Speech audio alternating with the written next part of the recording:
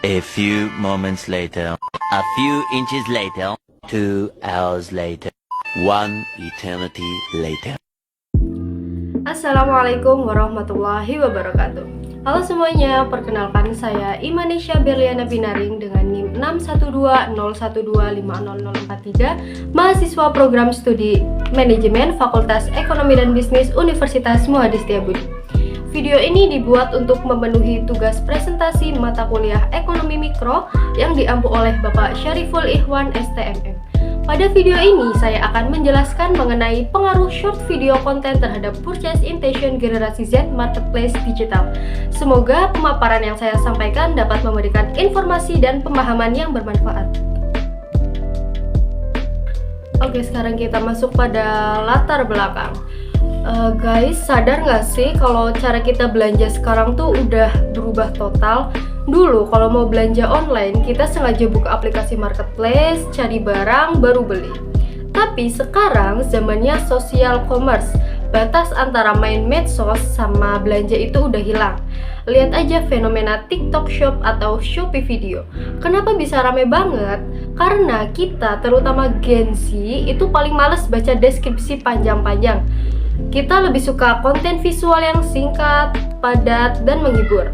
Nah, video-video pendek ini pinter banget bikin konten persuasif. Alhasil, niat awal cuma scrolling video receh pas gabut, malah kena racun belanja dan berakhir check out impulsif.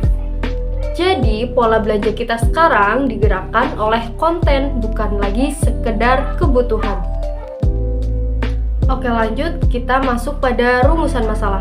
Di sini saya memiliki 3 rumusan masalah. Yang pertama, bagaimana karakteristik short video konten memengaruhi preferensi dan perilaku konsumen generasi Z di marketplace digital.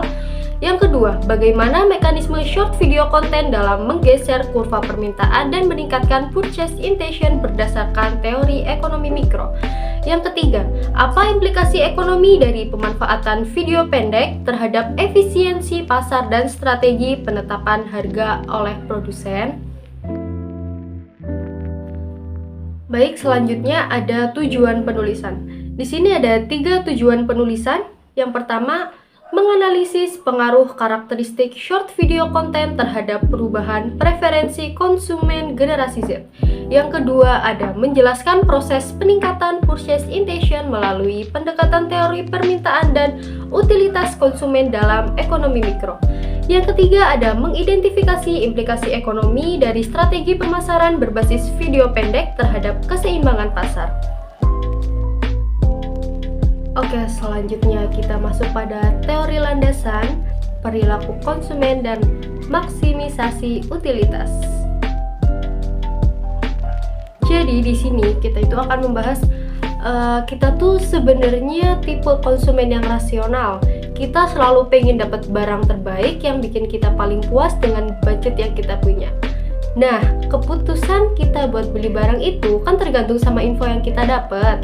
Dulu kita sering kali ragu buat beli online karena takut ekspektasi versus realita, alias ada celah informasi yang ditutup-tutupi sama penjual.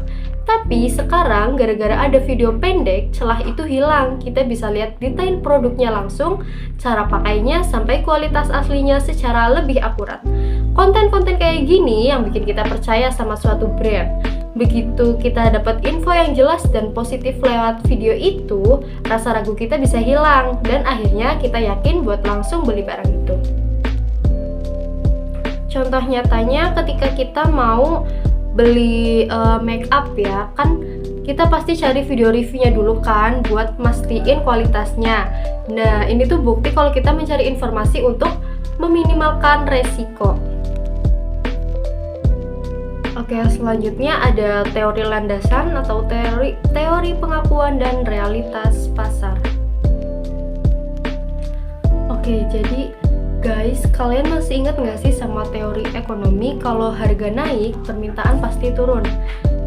Nah, tapi tahu nggak kalau aturan itu bisa goyah gara-gara faktor non-harga? Salah satu faktor non-harga paling kuat zaman sekarang itu adalah video pendek. Konten video pendek yang persuasif banget itu pinter banget membentuk selera baru di kepala kita. Yang tadinya kita nggak butuh, tiba-tiba jadi pengen banget setelah lihat videonya lewat di FYP. Nah, karena minat beli kita naik bukan karena barangnya lagi diskon. Dalam ekonomi ini disebut menggeser kurva permintaan ke kanan.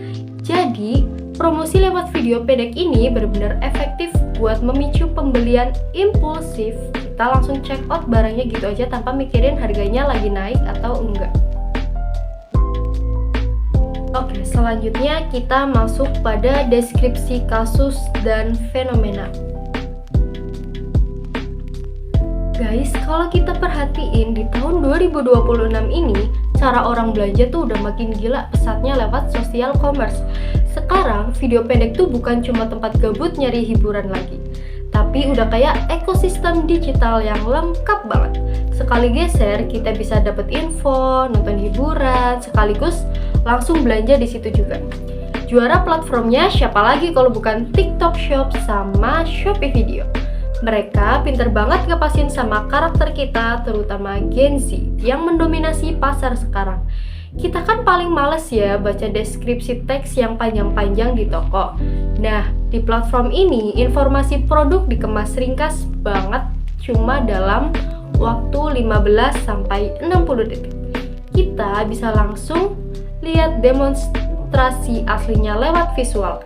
Jadi di tahun 2026 ini kalau mau jualan atau belanja, kuncinya ada di konten video pendek. Oke, sekarang ada analisis perilaku konsumen.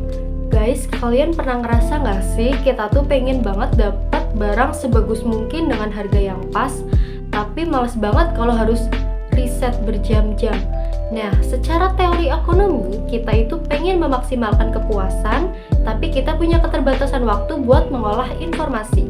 Kondisi ini pas banget sama konsep yang namanya bounded rationality atau rasionalitas terbatas. Untungnya sekarang ada video pendek. Video pendek ini efektif banget memotong waktu dan tenaga kita buat nyari info barang. Karena waktunya efisien, kita jadi bisa ambil keputusan belanja dengan cepat dan tepat. Ditambah lagi, kalau kualitas konten videonya bagus dan jelas, kita bakal langsung percaya sama penjualnya tanpa ragu-ragu buat beli. Oke, sekarang ada analisis perilaku konsumen bagian 2. Guys, sadar gak sih kenapa video pendek itu ampuh banget bikin kita belanja? Jadi alurnya tuh gini, saat kita percaya sama review di video itu, kita bakal ngerasa kalau produknya emang bernilai dan bagus banget. Secara psikologis, ekspektasi kepuasan kita langsung meningkat. Jadi kita ngebayangin, wah nih kalau aku punya barang ini pasti bakal seneng banget nih dan bakal terbantu banget. Nah, rasa pengen dapat kepuasan itu yang bikin niat beli kita jadi kuat banget. Video pendek visual kayak gitu emang sukses besar mengubah selera kita masing-masing. Dan yang paling keren, adanya interaksi di dalamnya. Kayak kita bisa nanya di komen atau lihat interaksi orang lain. Itu yang jadi jembatan utama sampai akhirnya kita mutusin buat klik tombol check out. Oke, selanjutnya ada analisis mekanisme permintaan pasar. Kalian pernah punya pikiran gini nggak? Kenapa ya kalau barang viral di TikTok atau di Shopee itu barang itu tuh langsung ludes terjual padahal harganya nggak lagi diskon? Nah, di dalam ekonomi, konten video itu bertindak sebagai faktor non-harga. Promosi yang viral itu hebat banget buat mengubah selera konsumsi kita secara instan. Dampak visualnya bikin niat beli kita melonjak cuma karena tertarik sama kontennya. Efeknya secara teori ekonomi adalah menggeser kurva permintaan dari kanan dari D1 ke D2. Artinya apa? Jumlah barang yang diminta masyarakat itu meningkat pesat, padahal harganya tetap sama alias nggak berubah. Jadi daya tarik konten itu sekarang punya kekuatan komersial yang luar biasa besar. Oke, next ada interpretasi data dan algoritma. Guys, kalian pernah sadar gak sih atau ngerasa gak sih kalau aplikasi belanja itu kayak bisa baca pikiran kita? Baru aja kepikiran atau nyari suatu barang, tiba-tiba pas buka video pendeknya isinya barang itu semua. Nah, itu karena marketplace pakai algoritma personalisasi khusus. Konten yang lewat di feed kita itu disaring biar pas banget sama selera spesifik kita. Karena isi videonya sesuai hobi atau kebutuhan kita jadi gampang banget tergoda sama visualnya. Efek algoritma ini parah banget, bahkan bisa melampaui efek harga. Kita sering tetap beli meskipun gak lagi diskon, cuman karena ngerasa, wah ini gue banget nih. Ditambah lagi ada ulasan jujur dari pembeli lain yang bikin kita makin yakin. Plus, sistem bayarnya yang tinggal sekali klik. Alhasil, proses dari kita ngeliat video sampai check out itu cuma butuh waktu beberapa detik aja. Oke, next ada dampak ekonomi dan struktur pasar. Guys, kalau kita perhatiin dari sisi penjual atau UMKM, sekarang mereka itu udah migrasi besar-besaran ke promosi digital karena jauh lebih murah dan efisien. Efeknya apa? Biaya rata-rata total atau modal operasional mereka jadi lebih ditekan rendah. Sekarang, peta persaingan bisnis itu udah berubah total. Bukan lagi soal siapa yang punya modal bikin ruko gede, tapi siapa yang pintar menguasai algoritma video pendek. Kalau ada pebisnis yang masih pakai cara konvensional dan kaku, siap-siap aja daya saingnya turun drastis. Kerennya lagi, di pasar digital sekarang, barang laris itu nggak harus selalu yang paling murah. Harga nggak lagi jadi penentu tunggal, melainkan seberapa berkualitas dan jelas informasi video yang disajikan.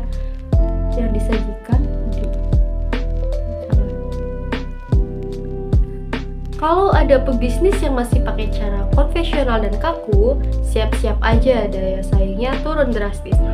Kerennya lagi, di pasar digital sekarang, barang laris itu nggak harus selalu yang paling murah.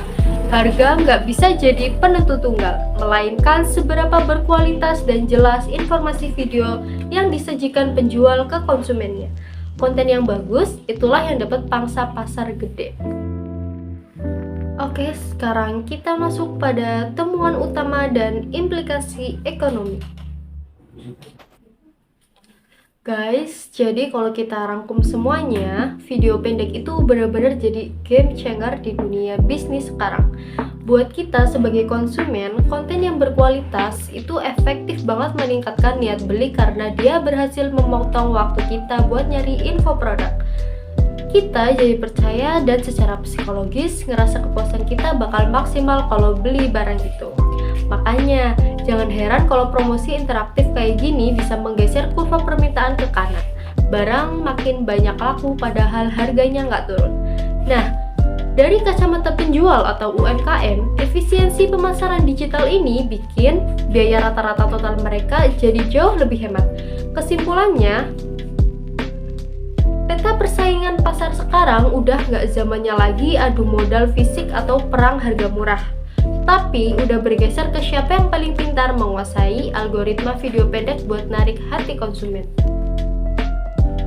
Sekarang kita masuk pada relevansi kondisi aktual 2026. Oke guys, coba perhatiin deh, sadar atau enggak sekarang pasar digital itu udah dikuasai duet maut antara TikTok Shop dan Shopee Video. Dan tebak siapa motor utamanya? Ya, kita ini generasi Z yang mendominasi transaksi di sana. Pola belanja kita udah berubah total, maunya yang serba visual dan instan. Males banget kan sekarang harus baca deskripsi toko panjang-panjang. Parahnya lagi, algoritma mereka itu pinter banget. Mereka tahu apa yang kita suka secara spesifik, sampai-sampai pengaruh algoritma ini melampaui sensitivitas harga kita. Kita sering tetap check out barang walaupun gak diskon cuma karena videonya lewat di FYP dan sama-sama selera kita. Nah, fenomena konten inilah yang bikin kita sering belanja impulsif, asal beli karena lapar mata. Tapi tetap sebelum benar-benar bayar, kita pasti bakal ngelihat kredibilitas ulasan daring dari pembeli lain dulu buat mastiin kualitasnya. Jadi kalau Jadi, kalau penjual mau sukses sekarang, mereka harus bisa menaklukkan visual, algoritma, dan menjaga ulasan pembelinya tetap bagus. Oke, next kita masuk pada diagram alir flowchart, teks yang menggambarkan hubungan antara hasil temuan utama, implikasi ekonomi, dan kondisi aktual. Oke guys, ayo kita bedah alur proses ini dari awal sampai akhir. Semua dimulai dari short video konten. Kalau video itu punya kualitas informasi yang bagus, dampaknya langsung bisa mengurangi search cost konsumen. Kita nggak perlu lagi pusing nyari ulasan atau baca teks panjang. Dari kemudahan visual ini, muncul rasa percaya atau trust yang secara teori ekonomi meningkatkan ekspektasi utilitas marginal atau bayangan kepuasan kita. Akibatnya, konten tadi berhasil membentuk preferensi baru di otak kita dan memicu impulsif buying alias langsung check out.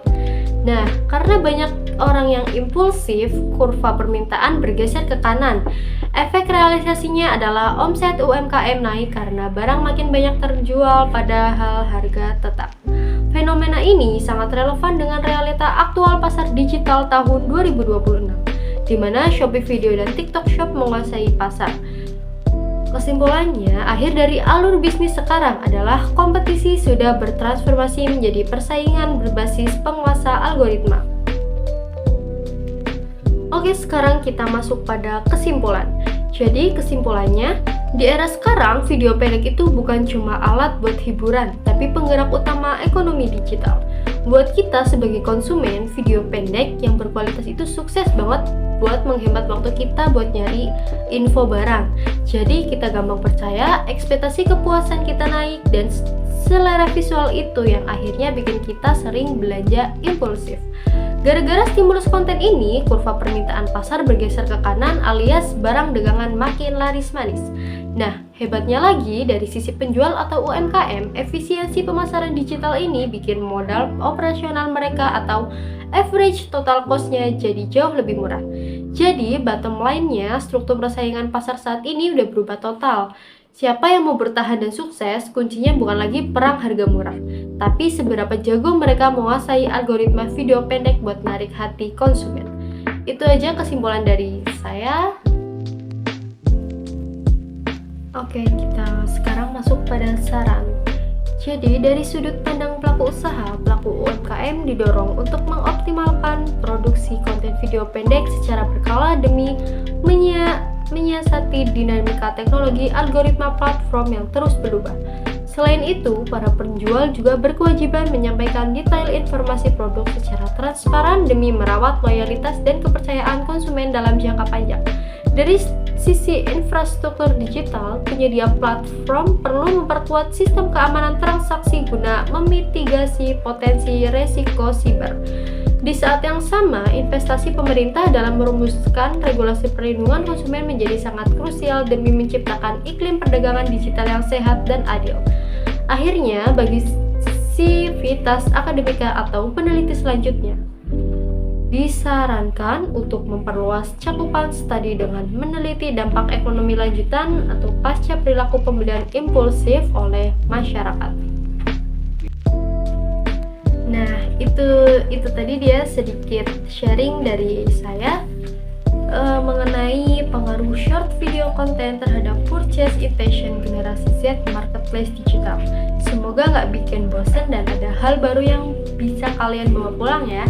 Sekarang waktunya kita ngobrol-ngobrol santai, sesi tanya jawab resmi dibuka. Buat kalian yang masih penasaran, bingung atau bahkan punya opini lain, langsung aja tanyain yuk. Jangan malu-malu. Oh iya, nanti kalau setelah video ini selesai kalian tiba-tiba kepikiran ada pertanyaan lain atau mau ajak kolaborasi, langsung aja drop pesan ke email aku yang ada di bawah ini. Silahkan.